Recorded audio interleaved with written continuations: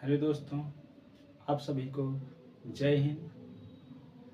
आज मौर्य काल के समय अशोक का जब समय था, उसी समय जोगीमारा गुफा की खोज की गई थी और उसी के समकालीन ये गुफा है जो 300 वर्ष ईसा पुरानी है।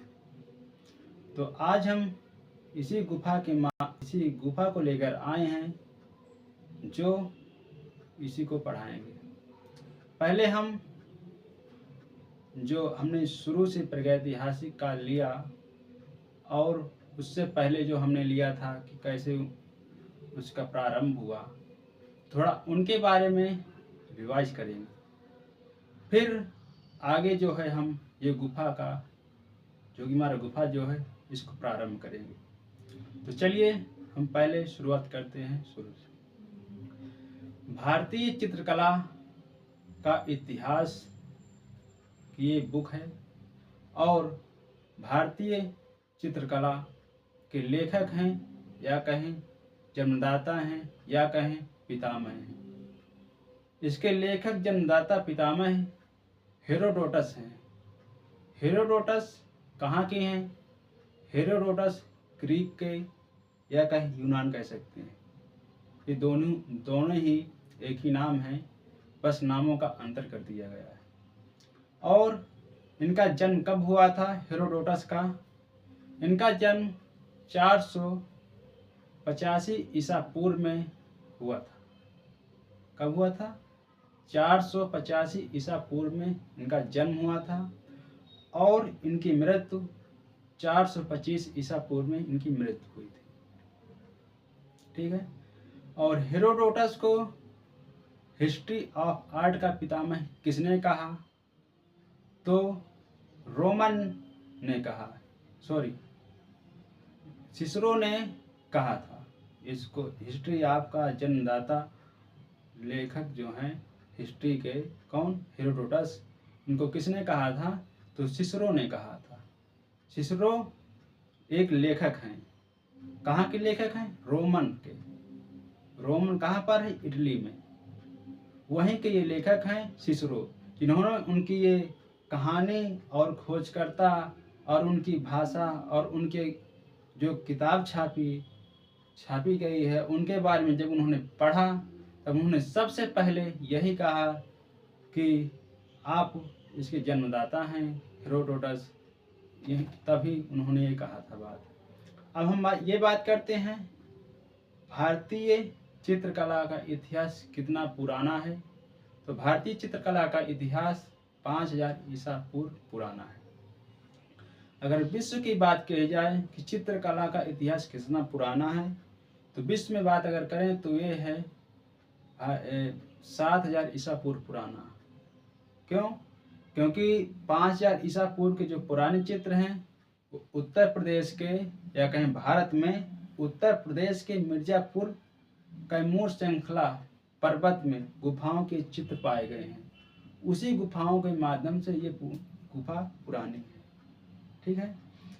और जो 7000 ईसा पूर्व में जो पुराने चित्र हैं विश्व में, वो अल्तामीरा गुफा में चित्र हैं, जो वहाँ जो गुफा है उन गुफाओं के माध्यम से देखे गए हैं जो वहाँ चित्र। अब हाँ, हम आगे बात ये करते हैं कि इन गुफाओं का प्रारंभ कैसे हुआ और ये कैसे आगे बढ़ी। पहले ये देखते हैं कि इनको किस प्रकार आगे बढ़ाया गया, शुरू से ये देखते हैं। तो भारतीय चित्रकला में कहा गया है इतिहास में कि ये जो चित्र हैं इनको किस माध्यम से जानकारी ली गई, इनको कैसे आगे बढ़ाया गया, तो इनके बारे में पढ़ेंगे। तो प्राचीन काल में घटित हुए घटनाएं, भारत में या विश्व में प्राचीन काल में घटित हुए घटनाएं जिसके अंतर्गत प्राकृतिक स्रोत या पुरातात्विक स्रोत मिले हैं उन्हें हम इतिहास कहते हैं। फिर से सुन लीजिए, विश्व में या भारत में जहाँ लेख यहाँ साहित्यिक स्रोत यानी लिखा हुआ और पुरातात्विक स्रोत या कहें चित्र या पत्थर, किसी में चित्र बना हो या मृदभांड, कोई बर्तन हो, उसके अंतर्गत मिला हुआ या लिखा हुआ हो तो उन्हें हम क्या कहते हैं? जो घटित घटनाएं उन्हें हम कहते हैं प्राकृतिक, सॉरी यहाँ पर एक गलती होगी, फिर बोलते हैं प्राचीन काल में घटित हुए घटनाएं जिसके अंतर्गत साहित्यिक स्रोत व पुरातात्विक स्रोत हों उन्हें हम इतिहास कहते हैं। अब कहते हैं साहित्यिक स्रोत को के अंतर्गत क्या क्या आते हैं, ये देखते हैं। साहित्यिक स्रोत के अंतर्गत जैसे पत्थरों पर लिखा हुआ हो, ताड़पत्र पर लिखा हुआ हो, या कागज पर लिखा हुआ हो, या अशोक के समय कोई पांडुलिपि लिखी गई हो, या ताड़ पर जो भी हो, उसी में लिखा हुआ स्रोत अगर मिल रहा है तो हम साहित्यिक स्रोत के अंतर्गत उसे देखें। और इसमें जो है, इसे हमने बताया कि मान लीजिए इसमें साहित्यिक स्रोत में से वैदिक काल है, ऋग्वेद, ये अभी नहीं आएंगे, बाद में आएंगे। एक तरफ से ये दिखाया गया है कि किसमें जिसमें लिखा हुआ हो, खाली वो दिखाया गया है। अब ये बात करते हैं पुरातात्विक स्रोत क्या है। पुरातात्विक स्रोत वह स्रोत है जिसके अंतर्गत पत्थरों पर चित्र बने हों, या मृदभांड पर चित्र बने हों, या कोई मूर्ति मिली हो, या तो कोई बहुत पुरानी इमारत मिली हो, उसके अंतर्गत कोई भी मिला हो स्थापत्य मंदिर या मस्जिद कोई भी हो, उसके अंतर्गत मिला हुआ स्रोत हो तो उसे हम पुरातात्विक स्रोत कहते हैं। अब पुरातात्विक स्रोत को हम कैसे पता लगाएं कि ये कितना पुराना है, और साहित्यिक स्रोत भी कैसे मालूम करें कि ये कितना पुराना है? तो उसमें पुरातात्विक स्रोत में जो है बताया गया है कि कार्बन डेटिंग 14 के आधार पर, वो कोई था एक कार्बन डेटिंग का कोई मशीन थी या कुछ भी हो, तो उसी से हम चेक करते थे कि ये कितना पुराना है। तो मान लीजिए हम पुरातात्विक स्रोत के अंतर्गत जो है देख रहे हैं, तो उसमें मान लीजिए हमारा मार्कर है, इसमें बहुत पुराना मार्कर है। मार्कर की हम बात करते हैं कि ये मान लीजिए 1000 वर्ष पुराना है, 1000 वर्ष पुराना है।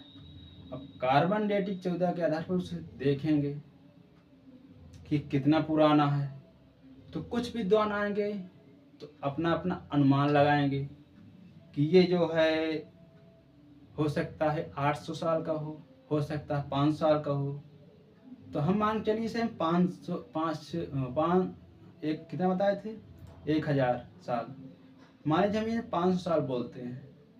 फिर भी दूसरा व्यक्ति आए कि कितना पुराना है, तो भी, क्योंकि इसमें ये हम बता सकते हैं, क्योंकि जब जो चीज़ पुरानी हो जाती है तो उसमें फफूंद वगैरह और मतलब मूर्छा भी लग जाता है कहीं कहीं।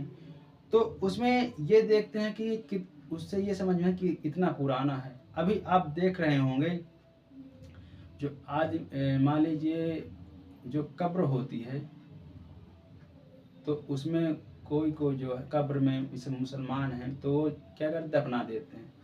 तो उसमें जब अगर उसे देखा जाए खोद करके तो क्या गल जाती है ना, कुछ ही जो है हड्डियां दिखती हैं, तो उससे ये लगता है कि कितना पुराना है, तो ये अनुमान लगाते हैं। तो इसमें हम ये बता रहे हैं कि इसमें भी ये है कि अपना जो हिस्टोर करता है, जो खोज करता है, वो आते हैं, वो कहते हैं कि ये जो है इतना पुराना है। फिर इसे देखते हैं कि कितना पुराना है। तो इसमें ये उदाहरण है, मान लीजिए आप ये जो है आज रख दिए, 2 दिन बाद इसे देखेंगे तो इसमें क्या पड़ जाए, धूल पड़ जाएंगे। फिर तीसरे दिन चौथे दिन देखेंगे तो इसमें क्या धूल पड़ने का ये पूरा मूंद जाएगा, यानी धूल से जो है भर जाएगा, दिखेगा नहीं, थोड़ा दिखेगा। फिर इसके बाद क्या होगा, बारिश हुई, बारिश में और दब गया। जब बारिश हुई तब धीरे धीरे ये जो क्या है ये थोड़ा पिघलने लगा, या कहीं इसमें जो फूंद वगैरह लगने लगे। फिर क्या है, फिर इसके बाद जब फूंद वगैरह लगने लगे, फिर इसमें से थोड़ा सा निकला हुआ। अब फिर इसे देखें कि इसमें क्या नीचे क्या गड़ा हुआ, मतलब नीचे ज़मीन में क्या रखा हुआ है।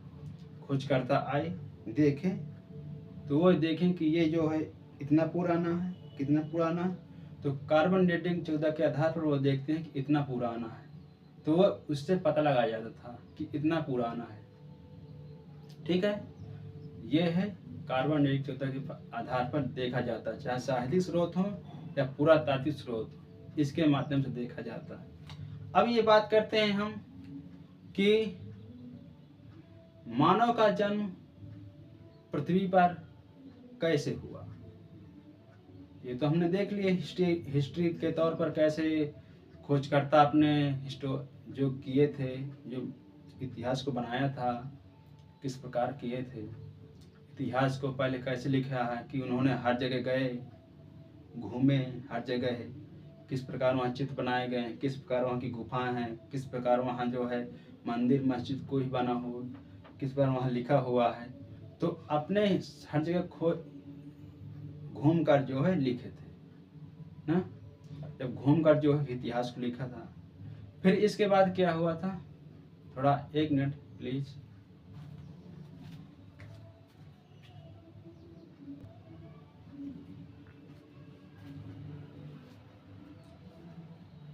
क्षमा चाहूँगा थोड़ा। तो हम कहाँ बात कर रहे थे, मानव का जन्म कैसे हुआ पृथ्वी पर, किस प्रकार आए, उनका कैसे हुआ, पृथ्वी किस प्रकार बनी, इसके बारे में जानकारी देंगे। तो पहले बहुत 80 लाख वर्ष पहले की बात है। इसमें हम ये नहीं कह सकते कितना, मतलब जितना बोल सको उतना है, इतना है कि इसमें इसका कोई अंत नहीं। बस इतना दिखाया गया है कि इसमें किताब में कि 80 लाख वर्ष पहले जो है सूर्य पर, जो आज रोशनी दे रहा है, सूर्य पर जो है क्या हुआ था, विस्फोटक। एक गोला आया, सूर्य है, सूर्य में एक गोला गया, पत्थर चाहे मान लीजिए, गोला मतलब समझिए, गोला गया तो सूर्य पर विस्फोटक हुआ, मतलब ऐसे। तो सूर्य से जो है 8 ग्रह निकले। क्या निकले, आपने देखा होगा जब वो कहीं मान लीजिए तालाब है या कुआं है या नदी है, कुछ भी हो, तो उसमें पत्थर जब मारते हैं तो उसमें क्या है, बूंदें इधर उधर फैल जाती हैं। ध्यान दिए होंगे आप, बूंदें फैल जाती हैं। तो इसी प्रकार जो है सूर्य में भी जब विस्फोटक हुआ था तो उसमें से 8 ग्रह निकले। अब 8 ग्रह कौन कौन से हैं, ऐसे हैं शुक्र, शनि, बृहस्पति, बुध, अरुण, वरुण, ये जो पृथ्वी, ये जो सारे ग्रह हैं, 8 ग्रह ये जो निकले हैं, तो उन्हीं में से जो पृथ्वी है उनमें से सब खोज की गई कि इसमें जो है, ये जो पानी की बात की जाए कि इसमें पृथ्वी जो 8 ग्रह हैं, किसमें जो है ये पाया गया है कि पानी है, पानी है। तो उसमें क्या है कि 8 ग्रहों को देखा गया तो उसमें खाली पृथ्वी ही ऐसी थी जिसमें पानी पाया गया, और जो 7 ग्रह हैं उनमें पानी नहीं पाया गया। तो पृथ्वी में कैसे हुआ, पृथ्वी में जब पाया गया पानी तो उसमें जो है मानव का शुरुआत करते, मानव का कैसे उन्हें जन्म हुआ। पहले ये देखते हैं उसमें नदियाँ और ये जमुना जो आज बह रही हैं वो आगे कैसे बढ़ी। तो मान लीजिए जब बारिश होती है, आपने देखो जब बारिश होती है तो पहाड़ हैं या छोटे छोटे टीले हैं, बड़े बड़े टीले हैं, तो धीरे धीरे करके जब बारिश होगी तो पिघलेंगी, मिट्टी है, मिट्टी पिघलेगी। मतलब जब मिट्टी पिघलेगी तो ऐसे कई वर्ष तक, कई वर्ष हो गए पिघलते पिघलते। जब मिट्टी पिघलेगी तो कुछ बह जाएगी, तो जो पानी इकट्ठा होगा तो पानी जब भराव लेगा, जब भराव लेगा तो बहने का प्रयास करेगा, तो धीरे धीरे पानी जो बहने लगा, पानी जो है धीरे धीरे करके बहने लगा। जब धीरे धीरे बहने लगा तब वो ऐसे ही बारिश होते रहे तो ज़्यादा धीरे धीरे करके मिट्टी कटने लगी और बड़ा सा रूप ले लिया। जब बड़ा सा रूप ले लिया गया तब उन्हें इसमें से कहते हैं ये जमुना बहने लगी। अब आज आदमी कह रहा है कि इसमें जमुना है, ये है, ये कह रहे हैं, उसमें जब बड़ा भराव ले लेगी तब बहने लगी। फिर बात करते हैं जब ये नदियों का जन्म हो गया, उनका जन्म नदियाँ हाँ जन्म हो गया। अब बात करते हैं कि मानव का जन्म कैसे हुआ। तो इसमें चरण हैं।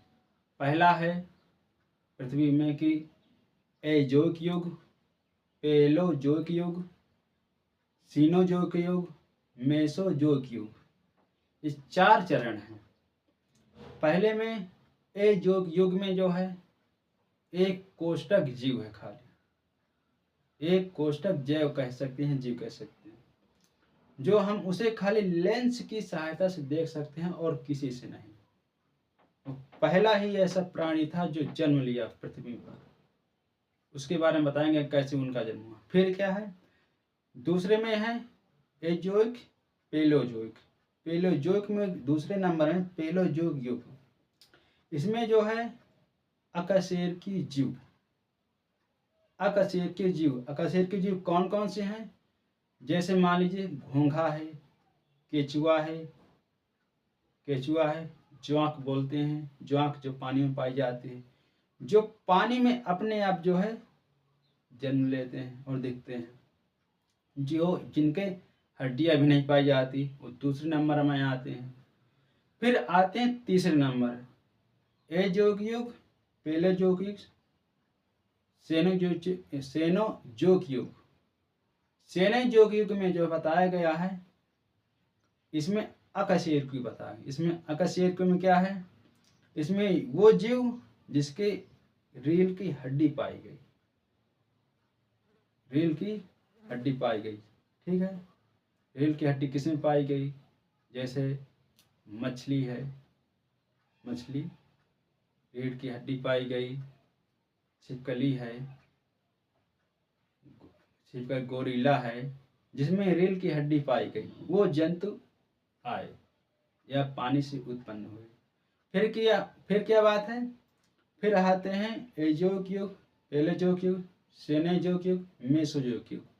मेसोजोइक युग में जो है कहा गया है जिसमें आते हैं बड़े जानवर, जैसे गोरिल्ला है, मगरमच्छ है, जिसके हड्डी मतलब रीढ़ की हड्डी पर पाई गई, और वो जो है बड़े बड़े जानवर, गोरिल्ला है, हाथी है, रीढ़ की वो हाथी है, और क्या, और मगरमच्छ है। इसमें जो मतलब बड़े शेर हैं, जो वानर हैं, जो हैं जंगली जानवर, तो उसी के अंतर्गत आते हैं सारे, इसके मेसोजोइक युग में, ठीक है। अब ये बात करते हैं कि इनका जन्म तो हो गया, पर ये नहीं पता है कि कैसे जन्म हुआ। आपको एक उदाहरण दे रहे हैं। जब बारिश होती है तो आप वो देखे होंगे कि छत में जो है, छत में पानी भर जाता है या कहीं जल भर जाता है। तो जब जल भर जाता है तो कुछ दिनों तक वो भरा रहता है, तो उसमें छोटे छोटे जो है कीटाणु जन्म लेते हैं। कैसे, पानी से जन्म लेंगे ना, और तो वहाँ कोई तो नहीं गया कि उसमें कुछ डाल दिया गया हो तो जन्म ले लिया गया। हाँ, मगर ये देख सकते हैं कि आज मछलियों का उत्पादन करना है तो उसके लिए उनके बच्चे लाते हैं, फिर पानी में डाल देते हैं तो उनका जन्म बड़े से हो जाते हैं। तो उसमें उस समय पहले ऐसा था नहीं। अब तो आ गया है कि वैज्ञानिक धीरे धीरे बढ़ रहे हैं, तो हम पुरानी बात कर रहे हैं जो पैसे कैसे मानव का जन्म हुआ, कैसे व्यतीत हुआ, आगे बढ़ा, किस प्रकार व्यतीत नहीं हुआ, आगे बढ़ा, तो उसी के बारे में बता रहे हैं। तो हम पानी की बात करें कि इस मान लीजिए छत है, उसमें पानी भर जाता है और उसमें जो है जीवाणु पैदा होते हैं, जन्म लेता है। तो जब जीवाणु धीरे धीरे जब बड़ा हो जाता है तो उसमें मान बड़ा हो जाता है, फिर वही बाहर निकल जाता है पानी से और वही जीव आकार ले लेता है। और उसमें क्या है, जो पेड़ कैसे कहते हैं कि पेड़ कैसे जन्म लिए। आपने देखा होगा जब बारिश होती है तो घास अपने आप उग आती है ना, अपने आप घास उग आती है। जब घास उग आती है तो घास उगने के बाद उसमें वृक्ष भी समझ लिए, वृक्ष भी ऐसे हो जा उगाए पानी की वजह से। जब घास उगाई तो ऐसे वृक्ष भी उगाए, पेड़ पौधे। तो इसी प्रकार पेड़ और पौधों का जन्म हुआ और मानव का जन्म। फिर हम बात करते हैं कि इतिहास को कितने भागों में बांटा गया, ये देखते हैं। यहाँ तक हमने बात ये जानकारी दी, इतिहास को कितने भागों में बांटा गया, कहा गया है। इतिहास को प्रागैतिहासिक काल, आद्य ऐतिहासिक काल, ऐतिहासिक काल। प्रागैतिहासिक काल में आदि मानव पढ़ना लिखना कुछ भी नहीं जानता था। आद्य ऐतिहासिक काल में जो है साक्ष्य तो मिला है लिखा हुआ, कहें कि जो अभी खोज किए थे तो साक्ष्य तो मिला है लिखा उस समय, मतलब जो आदि मानव था, साक्ष्य उनका आदि ऐतिहासिक काल में मिला कि ये उसमें जो है उसमें तो पढ़ना लिखना कुछ नहीं जानते थे, मगर आदि ऐतिहासिक काल में धीरे धीरे करके वो आगे बढ़े तो उन्होंने इतना थोड़ा जानकारी हो गई थी कि मान लीजिए ये क्या लिखा है, कैसे क्या लिखा है, खाली वो ऐसे बता सकते थे, एक दूसरे बोलते नहीं थे उस समय, शायद ऐसा सोच सकते हैं। तो उसमें क्या है कि साक्ष्य तो मिला है लिखा हुआ खाली, पर उसे आज तक कोई पढ़ नहीं पाया है। ये आते हैं आद्य ऐतिहासिक काल में। जैसे मान लीजिए सिंधु घाटी सभ्यता है, सिंधु घाटी सभ्यता में सिंधु घाटी सभ्यता में कई इमारतें मिली हैं और उसमें कई बर्तन मिले हैं, बर्तनों में चित्र बनाए गए हैं और उसमें कुछ लिपियां मिली हैं लिखी हुई, तो उसे कोई पढ़ नहीं पा रहा है। तो इस प्रकार उस समय की ये जो लिखा हुआ है वो किस प्रकार है। और हम आगे बात करते हैं ऐतिहासिक काल की। ऐतिहासिक काल वह काल है जिसके अंतर्गत हैं, जैसे जिसमें आदि ऐतिहासिक काल वह काल है जिसमें आदि मानव पढ़ना लिखना पूरी तरह से जानने लगा था। आदि मानव पूरी तरह से जानने लगा था, एकदम से रहने लगा कि उन्होंने जो है उन्होंने क्या किया था, उन्होंने इस मान लीजिए आज चल रहा वैसे ही बस्तियां बनाए, रहने लगे थे, जानवरों को पालना शुरू किया, किस प्रकार उनका धीरे धीरे समय उनका व्यतीत होने लगा और इस प्रकार उन्होंने आगे बढ़ा। फिर क्या है, जैसे इसमें आते हैं ऋग्वेद, सामवेद, यजुर्वेद, अथर्ववेद। और इसमें एक हम पहले बता दे रहे हैं, हाँ अभी इसी के आगे है। फिर क्या है कि प्रागैतिहासिक काल में जो है किस प्रकार मानव ने गुफा का निवारण किया था। प्रागैतिहासिक काल को भी 3 भागों में बांटा गया था, प्रागैतिहासिक काल को भी 3 भागों में बांटा गया था, ठीक है। उसमें प्रागैतिहासिक काल को जैसे पूरा पाषाण काल, मध्य पाषाण काल, नवपाषाण काल, 3 भागों में बांटा गया। और एक थोड़ा यहाँ रह गया था कि एक क्वेश्चन मान लीजिए आए कि पूर्व प्रागैतिहासिक काल के अंतर्गत सबसे पहले कौन सा काल आया, पूर्व ऐतिहासिक काल के अंतर्गत कौन सा काल आया। ये क्वेश्चन बहुत इम्पोर्टेंट है, इसलिए हमने बोल दिया। तो ये जो क्वेश्चन है इस ऐतिहासिक काल है, ऐतिहासिक काल में कौन है, कौन है? सिंधु घाटी सभ्यता। फिर सिंधु घाटी सभ्यता के बाद है प्रागैतिहासिक काल। इस प्रकार तो हम कहाँ बात कर रहे थे कि प्रागैतिहासिक काल को कितने भागों में बांटा गया। प्रागैतिहासिक काल को 3 भागों में बांटा गया, पूरा पाषाण काल, मध्य पाषाण काल, नव पाषाण काल।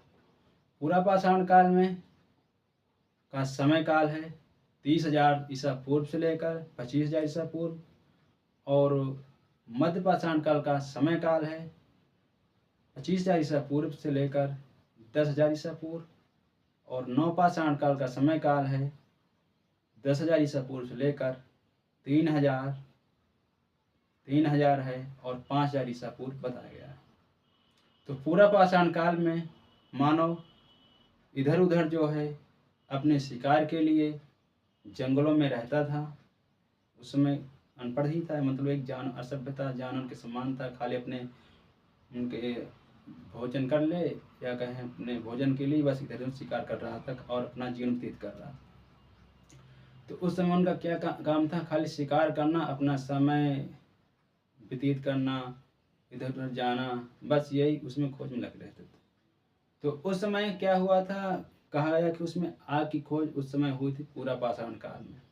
तो पूरा पाषाण काल में आग कैसे हो गई होगी ये भी सोचना है, क्योंकि उस समय आदि मानव सभ्य था। तो आपने ये देखा होगा कि गर्मियों में जो है, जब वो गर्मी होती तो उसमें बांस जो आपस में टकराते हैं तो उसमें चिंगारी छूटती। हो सकता है चिंगारी से आग लग गई हो, तो आग जब लग जाएगी तो वहाँ पर जो है काफ़ी जंगल जल गया था। तो वहीं पर जो है आदि मानव जब गए थे तब देखे कि ये आग कैसे जलने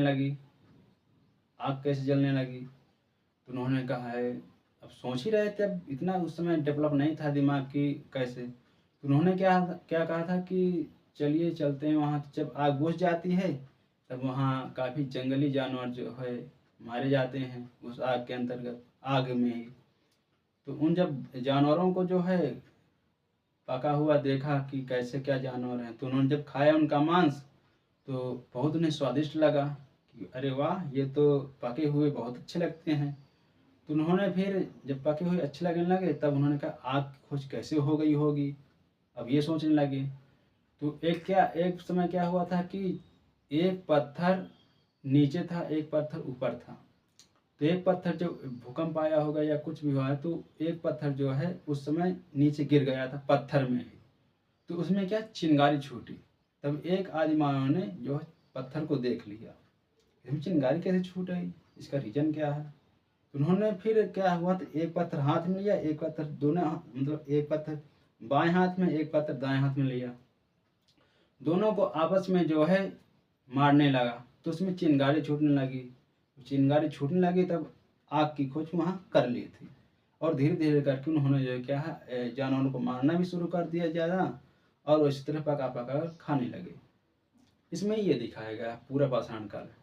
मध्य पाषाण काल में क्या है, उसमें क्या कहा गया है कि उसमें आदि मानव ने जो है मारने के लिए किस प्रकार के औजार बनाए थे, पॉलिशदार औजार किस प्रकार बनाए थे। क्वार्ट्ज पत्थर जैसे नुकीले जैसा, जैसे त्रिभुजाकार होता है, तो त्रिभुजाकार पत्थर, आरी जैसा पत्थर।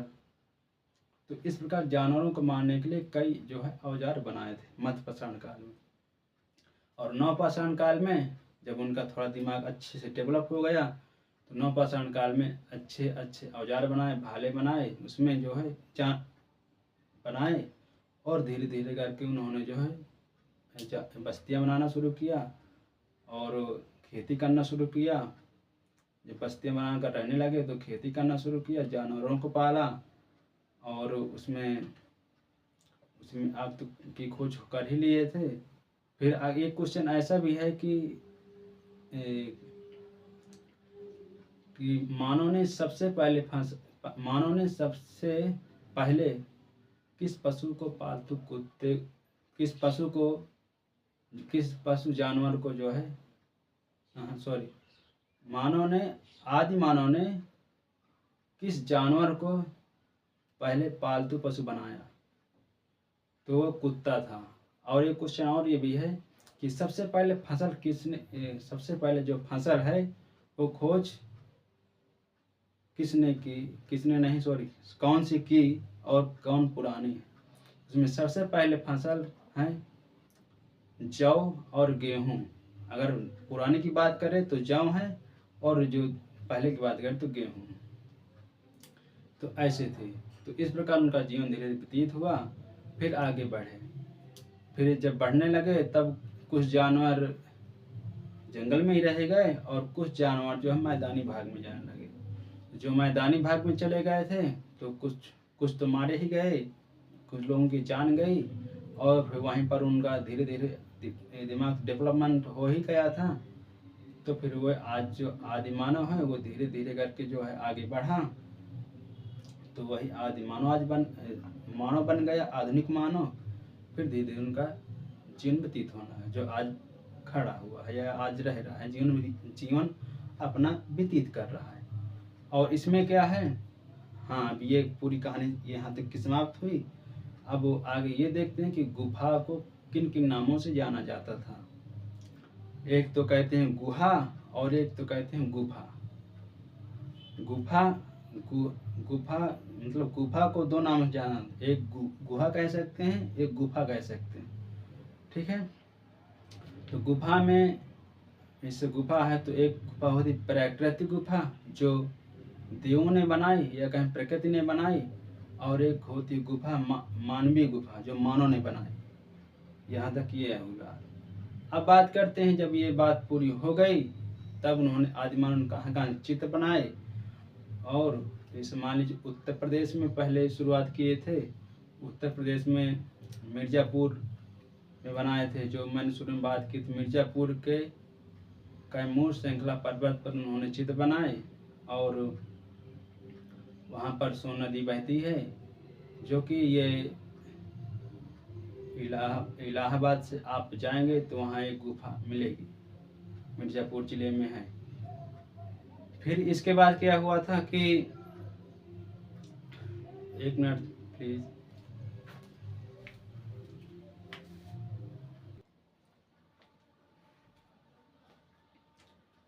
हेलो दोस्तों, क्षमा चाहूँगा। तो हम कहाँ बात कर रहे थे, मिर्ज़ापुर गुफा के बारे में। थोड़ा मिर्ज़ापुर के पहले मिर्ज़ापुर गुफा समाप्त कर देते हैं, फिर बनता है। मिर्ज़ापुर की खोज जो हुई थी तो कार्लाइन ने की थी 1880 में, और काकबर ने जो है 1883 ईस्वी में खोज की थी। और वहाँ जो गुफा हैं वो सबसे अधिक गुफाएं हैं। और वहाँ जो चित्र हैं, जैसे घोड़मंगल गुफा में गेंडे का आखेट, और इसमें घाटिया गुफा, इसमें घोड़े खींच रहे हुए, इस प्रकार। और इसमें जैसे कि जो चित्र वहाँ बने हैं, घोड़े का दृश्य दिखाता हुआ, कुछ आदि मानव जो है वहाँ एक भैंसों को मार रहे हैं। एक मिनट रुकिए।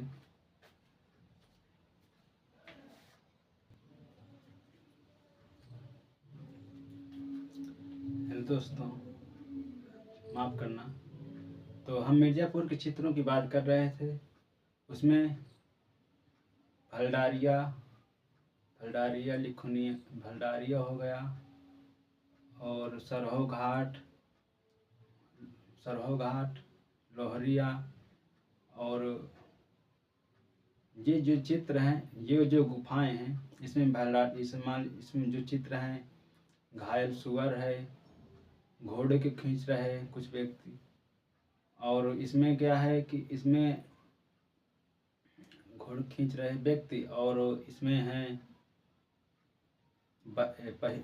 बांस की बनी गाड़ियां हैं, ऊंट का चित्र है। इसमें जो है आदि मानव जो है अपने हिसाब से वहाँ चित्र किस प्रकार बनाए थे वहाँ गुफाओं में, कि ये किस प्रकार देख रहे थे। एक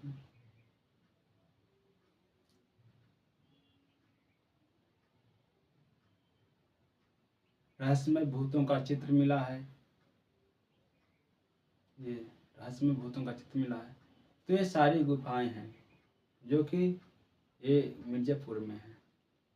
और ये जो है 1911 में 1911 में गजेंटियर ने 5वें अध्याय में बताया है कि ये हैं। ठीक है, अब थोड़ा ये बात कर लेते हैं कि थोड़ा अच्छे इम्पोर्टेंट क्वेश्चन है कि प्रागैतिहासिक की जो किताब है भारतीय प्रागैतिहासिक काल को सर्वप्रथम इनके ऊपर किताब किसने लिखा? तो 1861 ईस्वी में 1861 ईस्वी में डैनियल विल्सन ने the rock painting of sorry एक मिनट।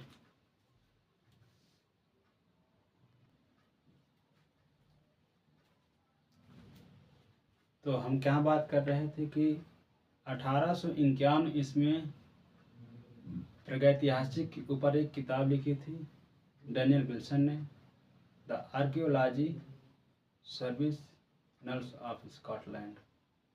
ये पुस्तक है the archaeology service of Scot पुस्तक है the archaeology Scot of land पुस्तक, जो 1851 में लिखी थी।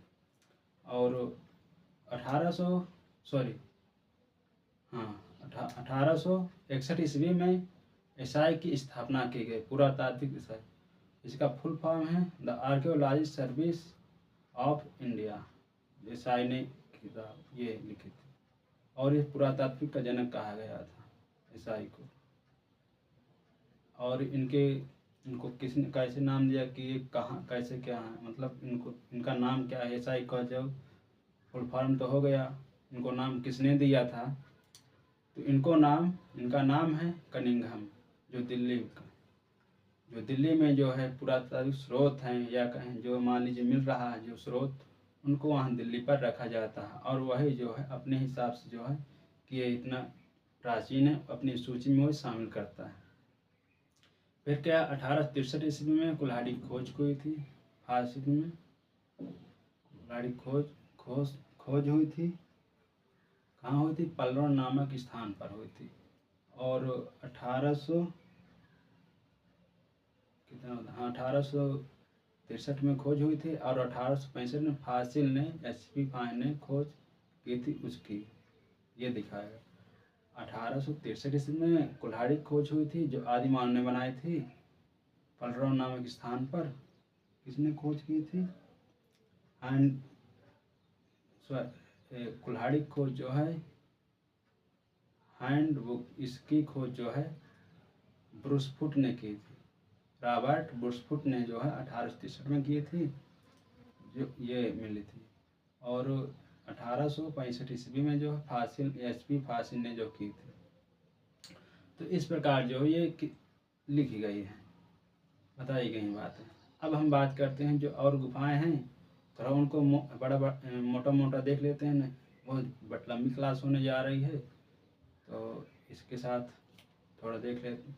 इसमें क्या है, हमने मिर्ज़ापुर हो गया, पंचमढ़ी भी पढ़ा दी, सिंघनपुर हो गया, होशंगाबाद हो गया, मंदसौर हो गया, और एटिकल बारनाइट गुफा हो गई। जो पंचमढ़ी गुफा है ये कहाँ पर है? ये गुफा है मध्य प्रदेश में है, रायगढ़ में है। और सिंघनपुर गुफा है, ये है सिंघनपुर गुफा, ये सिंघनपुर छत्तीसगढ़ में है। और ये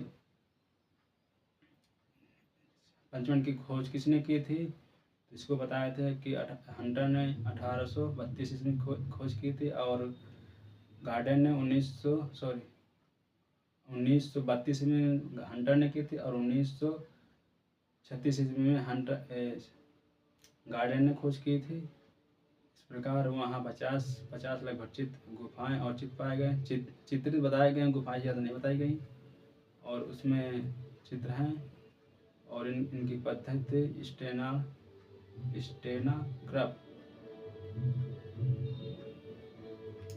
इनकी इसको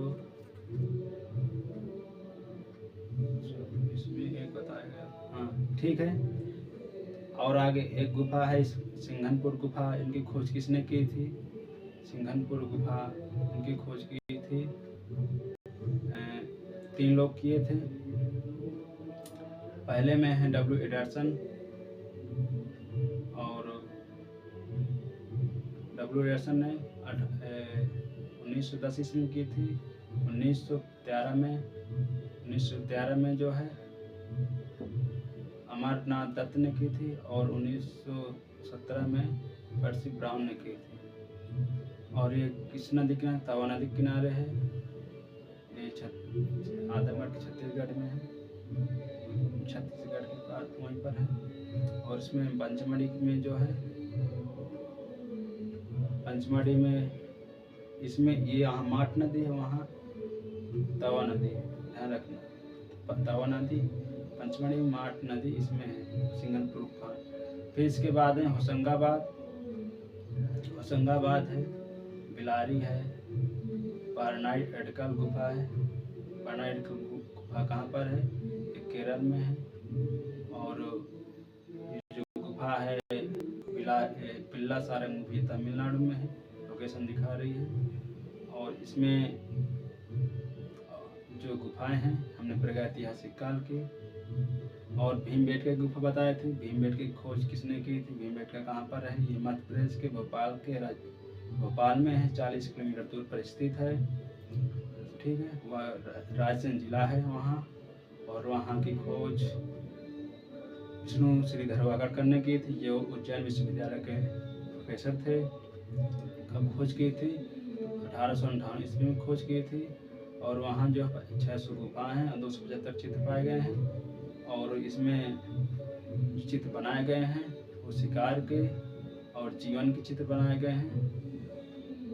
इसमें विश्व धरोहर इसको सूची में शामिल किया गया था यूनेस्को ने 1983 ईस्वी में,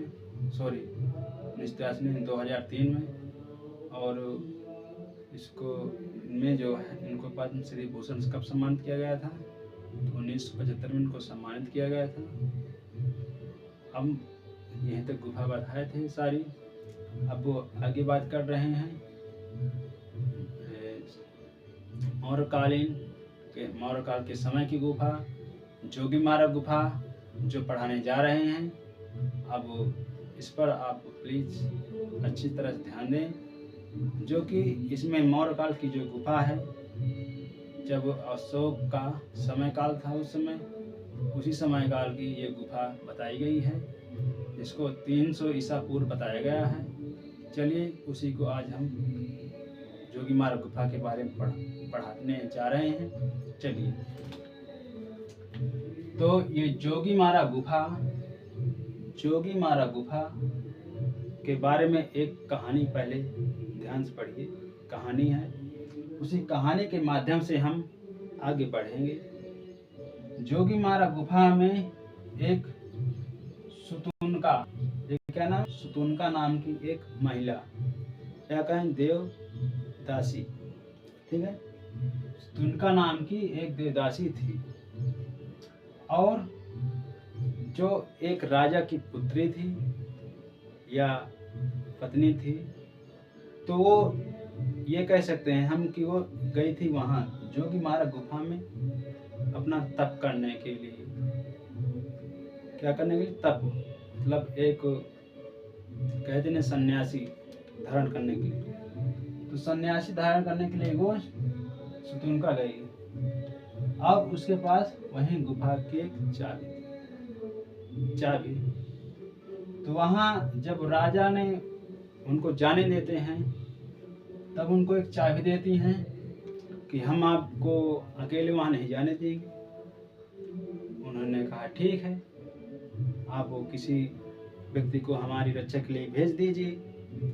उन्होंने कहा ठीक है, राजा ने कहा। तो यहाँ देवदीन नाम व्यक्ति हैं, वो भी देवदीन हैं।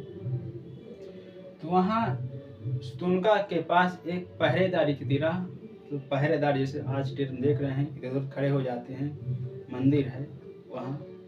तो इसी प्रकार उन्होंने उनकी रक्षा के लिए वहाँ रहते हैं। जब रक्षा के लिए रहते हैं तो उनकी हमें सेवा करते हैं, देखते हैं, कोई दिक्कत नहीं, जो भी दिक्कत है वो ध्यान देते हैं। तो इसमें जब ये दिखाया गया है कि ये जो गरुड़ देव का मंदिर है, जोगीमार की जो गुफा है, उस गुफा को मंदिर मान ली थी कि ये मंदिर है मेरा। तो उसी मंदिर को किस प्रकार नामकरण कर रही हैं, तो उस मंदिर को जो है गरुड़ मंदिर भी कहा जाता है। जोगीमार की जो गुफा है उसी को जो है मंदिर के नाम से जानी जाती है। मंदिर की बात करें तो ये मंदिर जो है गरुड़ का मंदिर है, वरुण देव का मंदिर है, वरुण देवता कह सकते हैं। और ना ये जो है दो मंदिर बताए गए हैं। किसने बताया है? देव दासी ने कहा है कि मैं जो है इसका जो है नामकरण ये है। तो उन्होंने कहा कि ये गरुड़ देव का मंदिर है। अब ये हम ये सोचते हैं कि गरुड़ की जब बात तब होती है अगर वैदिक काल में देखे जाए रामायण की बात, जिसमें जटायु वरुण जब वहाँ रहता था तो एक गुफा थी, जोगीमार की गुफा। तो हो सकता है वहीं पर उसी से नाम ही चल गया और उन्होंने जो वरुण का नाम वहीं से जुड़ गया है, ये सोच सकते हैं। फिर क्या है, आगे बात करते हैं नाट्यशाला प्रेक्षागृह। इसको जो है हम नाट्यशाला प्रेक्षा भी कह सकते हैं, नाट्यशाला प्रेक्षा भी गृह कह सकते हैं। ये कहा गया है ये नाट्यशाला भी है और यहाँ रहने का व्यवस्था, मतलब अच्छी देखने की व्यवस्था भी है, सब कुछ। लेकिन नाटक के समान ये देखने की अच्छा लग रहा है, तो हम नाट्यशाला प्रेक्षागृह के नाम से वो जानने लगे। और नाट्यशाला के बाद इसके बाद क्या हुआ था कि उसने जब वहां गए तो जोगीमारा गुफा को, उसी को जब वहां गए खोज करता तो क्या कहने लगे कि जोगीमारा गुफा कैसे क्या है। तो जब जाते हैं तब उन्होंने कहा कि ये जो है गुफा, जोगीमारा गुफा प्रथम आर्ट गैलरी है। क्या है? प्रथम आर्ट गैलरी कहा जाता है। ये प्रथम आर्ट गैलरी भारत की है। ये जो गुफा है उन्होंने कहा कि भारत की प्रथम आर्ट गैलरी है। भारत अभी नहीं लगाएंगे क्योंकि ये प्रथम आर्ट गैलरी है। कहाँ की? जोगीमारा। क्योंकि अब वहाँ कैसे जानकारी मिली कि वहाँ की आर्ट गैलरी है? कुछ तो होगा तभी तो ऐसे बोलेंगे, क्योंकि वहाँ रहने से क्या होगा, खाली वो अपना तप करेगी। तो उन्होंने उनके आगे बताया कैसे कि आगे रहें, क्योंकि उन्होंने चित्र बनाए थे। किसने बनाए थे? देवदासी सुतुनका ने जो है चित्र बनाए थे। उन्हीं को देखकर वो जो है खोजकर्ता देखे थे कि यहाँ एक आर्ट गैलरी, उसी को आर्ट गैलरी नाम दे दिया था। इसलिए ये बोल दिया गया कि प्रथम आर्ट गैलरी कहा भी जाता है जोगीमार की गुफा को। ठीक है। दूसरे में भवभूतिकृत की बात हो रही है। ये दूसरे में है भवभूतिकृत की बात है। इसमें भवभूतिकृत की बात बताया गया कि उत्तर रामचरितमानस आ गए ना वहां पर। अभी हमने बात की थी कि यहाँ गरुड़ देव का मंदिर किस नाम से जाना जाता है, तो यही से अब आ गई बात। तो उत्तर रामचरितमानस में जो है कहा गया कि मंथन, उन्होंने मंथन किया एशिया के लोगों ने। एशिया की पहली नाट्यशाला प्रेक्षागृह कहा। किसने कहा? एशिया की नाट्यशाला पहली प्रेक्षागृह कहा। किसने भवभूत किया? कृतियों ने। उन्होंने जब देखा कि किस प्रकार हैं वहाँ की कृतियाँ कैसे क्या, तो उस समय उत्तर रामचरितमानस की बात कर रहे थे कि उस समय की बात। तो उसमें मंथन जब करने के बाद तो उन्होंने कहा कि ये एशिया की पहली नाट्यशाला प्रेक्षागृह मानी जाती है। उन्होंने ये कहा। फिर क्या बात यहाँ पर कि इस गुफा को किन किन नामों से जाना जाता है। यहाँ अन्य नाम है, ध्यान रखना, अन्य नाम क्या है? अन्य नाम। अब यहाँ ये देखते हैं जो गुफा है वो किन किन नामों से जानी जाती है। तो सीता बोगरा है, सीता बोगरा, सीता लांगड़ा है, सीता लांगड़ा है, जोगीमारा गुफा है। ये 3 नामों से गुफा प्रसिद्ध है। तो सीता बोगरा के बारे में बताया गया कि एशिया की पहली नाट्यशाला कही जाती है। एशिया की पहली नाट्यशाला मानी जाती है और कही भी जाती है। तो इस प्रकार उन्होंने सीता बोगरा जो गुफा है, जोगीमारा की गुफा है, उसी के बारे में उन्होंने अपना मत प्रस्तुत किया और कहा भी। फिर आते हैं जोगीमारा गुफा। जोगीमारा गुफा को कहा गया कि ये भारत की पहली गैलरी मानी जाती है। पूरे भारत की पहली आर्ट गैलरी मानी जाती है। इस प्रकार विद्वानों ने अपना अपना मत दिया था।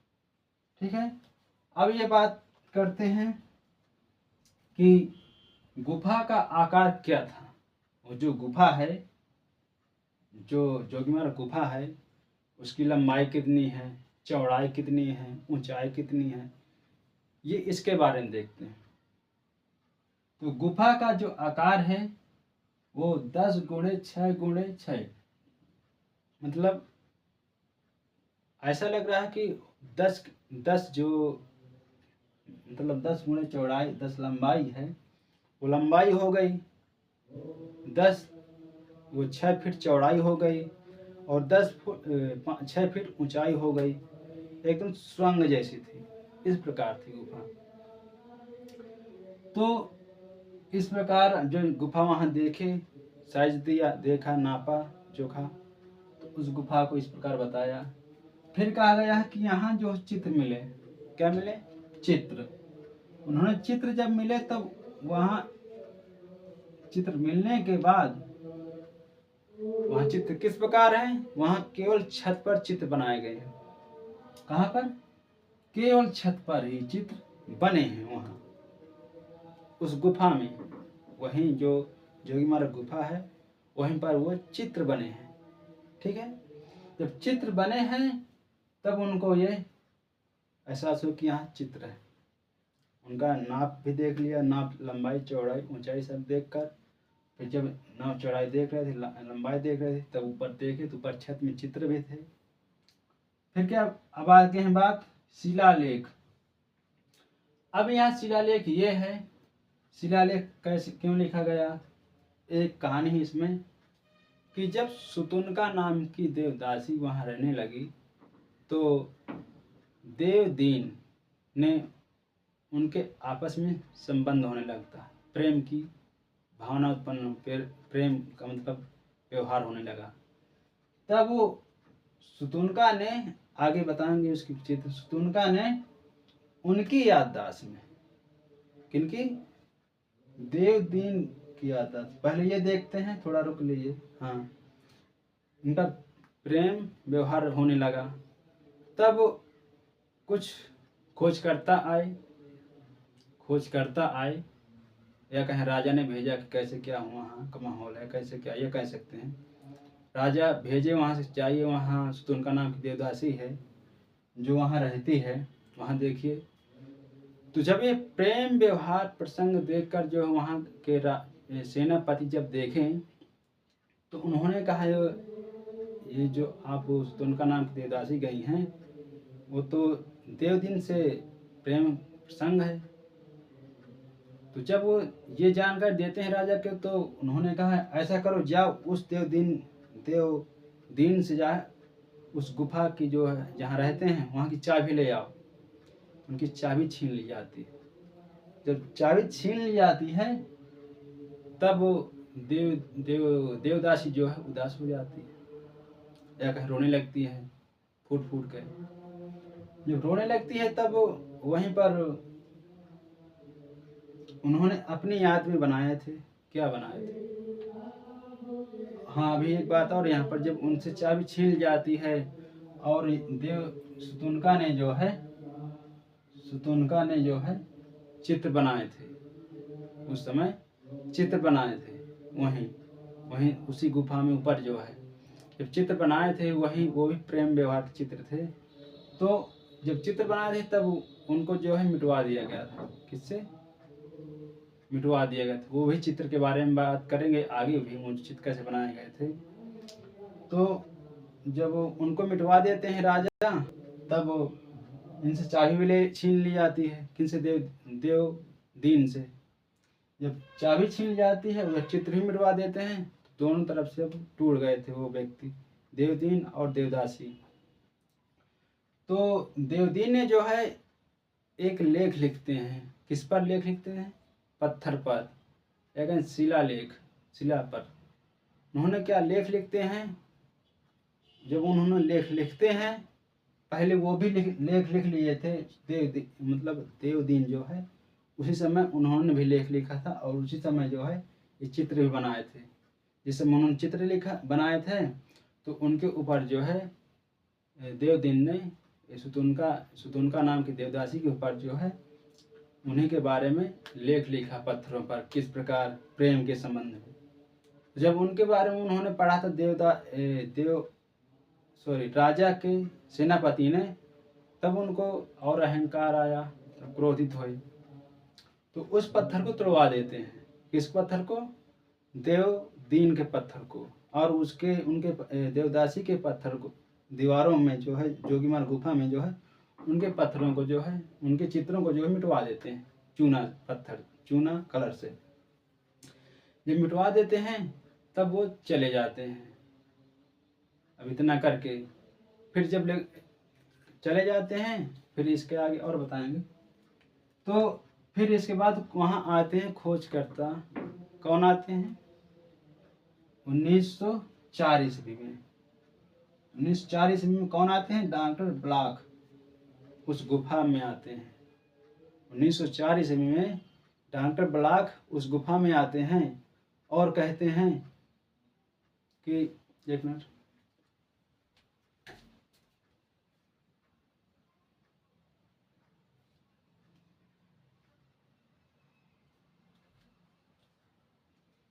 हाँ सॉरी। तो डॉक्टर ब्लॉक आते हैं जब 1904 में। डॉक्टर ब्लॉक तो मध्य प्रदेश के छत्तीसगढ़ में तो गुफा ही है। मध्य प्रदेश के छत्तीसगढ़ में है, ध्यान रखना। सॉरी, मध्य प्रदेश नहीं है, मध्य प्रदेश आते हैं ये। हाँ इतना तो लिखना। मध्य प्रदेश जो है, मध्य प्रदेश 1 नवंबर 2000 में आते हैं। उसी समय 1 नवंबर 2000 ईस्वी में आते हैं। और ये गुफा कहाँ पर है? छत्तीसगढ़ में। छत्तीसगढ़ के सरगुजा जिले में।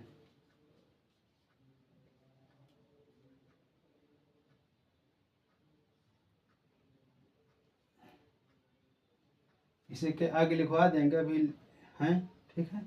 इसी के आगे उसको भी लिखवाएंगे, सरगुजा जिला, ठीक है। तो 1 नवंबर 2000 ईस्वी में उन्होंने आते हैं। कौन आते हैं? डॉक्टर ब्लॉक उस गुफा में। तो जो गुफा में आते हैं, तब उन चित्रों में जाते हैं, देखते हैं। किन चित्रों को? उन चित्रों को देखते हैं और गुफा को देखते हैं। चित्रों को देखे, मगर वो पहचान नहीं पाए चित्र कहाँ बने हैं। अंदर चाहे गए ही ना हो, तो चित्रों को नहीं देखा था। किसने? डॉक्टर ब्लॉक ने नहीं देखे। खाली वो गुफा को खाली देखे थे। गुफा जो कितनी पुरानी है, बस यही अंदाज लगाए और अपने अनुमान लगाए और चले गए वहाँ पर। कब आए थे? 1904 में उस गुफा के पास गए थे मध्य प्रदेश 1 नवंबर 2002 में। और खोज करते 1904 में जो है फिर उस गुफा के गए, जोगीमार गुफा में। जब जाते हैं तो उन्होंने ये कहा कि ये जो गुफा है, ये गुफा 300 वर्ष ईसा पूर्व पुरानी है। किसने कहा? डॉक्टर ब्लॉक ने कहा अपने अनुमान से कि ये जो गुफा 300 वर्ष ईसा पूर्व पुरानी है, ये मौर्य काल अशोक के समय की गुफा है। बस इतना सोच कर या अपने अंदर बोल कर के, हाँ ये जो वहाँ गए थे खोज करते साथ में, उनके इतने पुरानी, बस बोल कर चले जाते हैं। फिर क्या है, वहाँ कौन सी नदी बहती है? ये आ गया ना, मध्य प्रदेश के छत्तीसगढ़ के जिला ये मध्य प्रदेश गए थे, मध्य प्रदेश लिख दिया गया। पहले क्या था, मध्य प्रदेश पूरा था, छत्तीसगढ़ नहीं था उस समय। छत्तीसगढ़ का फिर अलग किया गया था, तो छत्तीसगढ़ में जो ये गुफा उसके उसमें आ गई, इसलिए पहले पूरा मध्य प्रदेश ही था। और फिर क्या, जब उसका भाग किया गया मध्य प्रदेश का अलग बंटवारा, तो उस समय छत्तीसगढ़ उसका नाम कर दिया। और छत्तीसगढ़ में ये जो गुफा है, जोगीमारा गुफा, वो उसमें आ गई। तो ये जो है मध्य प्रदेश छत्तीसगढ़ में स्थित है। जिला कौन सा, सरगुजा जिला, ठीक है, जिला है सरगुजा जिला है। और नदी कौन सी बह रही है, नर्मदा नदी, जो उद्गम स्थल है, जो वहाँ नदी बह रही है नर्मदा। एक क्वेश्चन यहाँ से भी है ना, नर्मदा नदी और किस में बह रही है, नर्मदा नदी और किस में बह रही है, नर्मदा नदी जो है होशंगाबाद में है, नर्मदा नदी बह रही। होशंगाबाद कहाँ है, वो भी छत्तीसगढ़ में। ये क्वेश्चन जो उसमें है समझ मेल खा रहा है, नदी की बात बस मेल खा रहा है। अब बात करते हैं कि स्थल अमरकंटक है, सॉरी, अमरकंटक और अमरनाथ, ये नदी जानी जाती है। अगर कोई कहे कि वहाँ नदी कौन सी है, तो अमरकंटक नदी है, अमरनाथ नदी है, नर्मदा नदी है। वो उसी नदी का नाम 3 नाम है, अपना अपना विद्वानों ने नाम रख दिया था, ठीक है।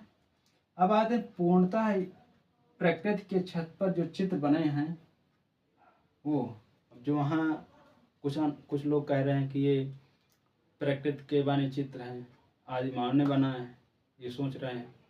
तो उन्होंने ज़्यादा ध्यान नहीं दिया, चले गए। फिर क्या हुआ कि उन्होंने बस गुफा के बारे में बताया कि गुफा कितनी लंबाई, चौड़ाई, ऊंचाई है। उन्होंने 10 गुणे 6 गुणे 6 उन्होंने इतनी बताई। और उन्होंने कहा कि ये जो चित्र जो है भित्ति में बने हैं, ये भित्ति चित्रण है। देखिए आ गया ना, भित्ति में ये चित्र बने हैं और छत में भी बने, ऊपर नहीं, उसके ऊपर, छत के ऊपर, छत के नीचे, ध्यान रखना। फिर अगर ऊपर रहेंगे तो मिट जाएंगे, ऊपर रहेंगे। चित्रण का आरंभ माना जाता है, और वहीं से जो है जोगीमारा गुफा का जो चित्रण का आरंभ माना जाता है। भारत की पहली आर्ट गैलरी मानी जाती है, और वहीं से जो गुफाओं का चित्रण माना जाता है। फिर क्या आगे बात करते हैं, भारत की प्रथम आर्ट गैलरी जोगीमारा गुफा को कहा जाता है, ये बात बता दिए। फिर का इसका निर्माण किन किन लोगों ने किया था, इसका निर्माण किन किन लोगों ने किया था। तो पहले में आते हैं डॉक्टर ब्लॉक है खाखरगोश। डॉक्टर ब्लॉक ने कहा कि 300 ईसा पूर्व मौर्य काल की अशोक के समय की गुफा, उन्होंने ये कहा। जो 300 ईसा पूर्व, या कहें 3वीं शताब्दी कह सकते हैं, उस समय की गुफा, शताब्दी।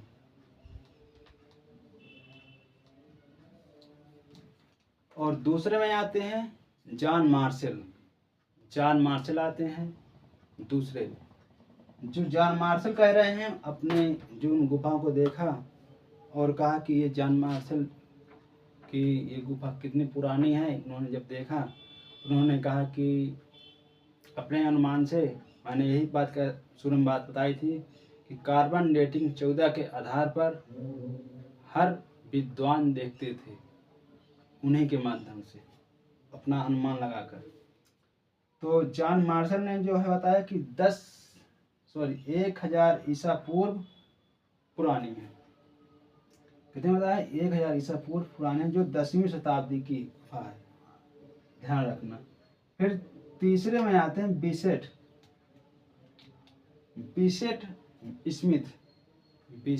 स्मिथ, जो 100 वर्ष ईसा पूर्व बताएगी या प्रथम शताब्दी बताएगी। दूसरे में आते हैं बिसेट, जो प्रथम शताब्दी बताएगी या 100 ईसा पूर्व। पहले में कौन है? पहले में कौन? डॉक्टर ब्लॉक, उन्होंने 300 ईसा पूर्व बताए या 3वीं शताब्दी बताई। ये कहा कि अशोक के समय की गुफा है। फिर दूसरे में आते हैं, दूसरे में आते हैं जॉन मार्शल, जो उन्होंने कहा कि ये 1000 ईसा पूर्व की गुफा है, 1000 ईसा पूर्व की गुफा है, जो 10वीं शताब्दी की गुफा है। और फिर तीसरे में आते हैं बिसेट स्मिथ, ठीक है, यही है ना, हाँ, बिसेट स्मिथ। तीसरे में आते हैं बिसेट स्मिथ, जो उन्होंने कहा कि ये गुफा जो है प्रथम शताब्दी की है या 100 ईसा पूर्व की है। ये अपना अपना 3 लोगों ने अनुमान किया। इसके आगे और आते हैं खोजकर्ता, जैसे असित कुमार हलदार, जैनेन्द्र कुमार आते हैं, उन चित्रों को देखते हैं, उनकी कहानी को भी पढ़ते हैं, जो देवदीन ने जो लिखा था। और वह देवदीन का जो पत्थर है ये दिल्ली संग्रहालय में रखा हुआ है। तो आज की क्लास समाप्त कर रहे हैं। अभी ये पार्ट पहला है। अभी ये बहुत बड़ा, मतलब बड़ी थोड़ा गुफा है, तो उस गुफा को हम अगले उसमें दिखाएंगे, पढ़ाएंगे। तब तक के लिए आप यही पढ़िए, और प्लीज़ आप लाइक, कमेंट, सब्सक्राइब ज़रूर किया करें, जिससे कि हमें भी आपसे उम्मीद रहे कि हमारा वीडियो अच्छा लग रहा है या नहीं। तब तक के लिए आपको जय हिंद, जय भारत।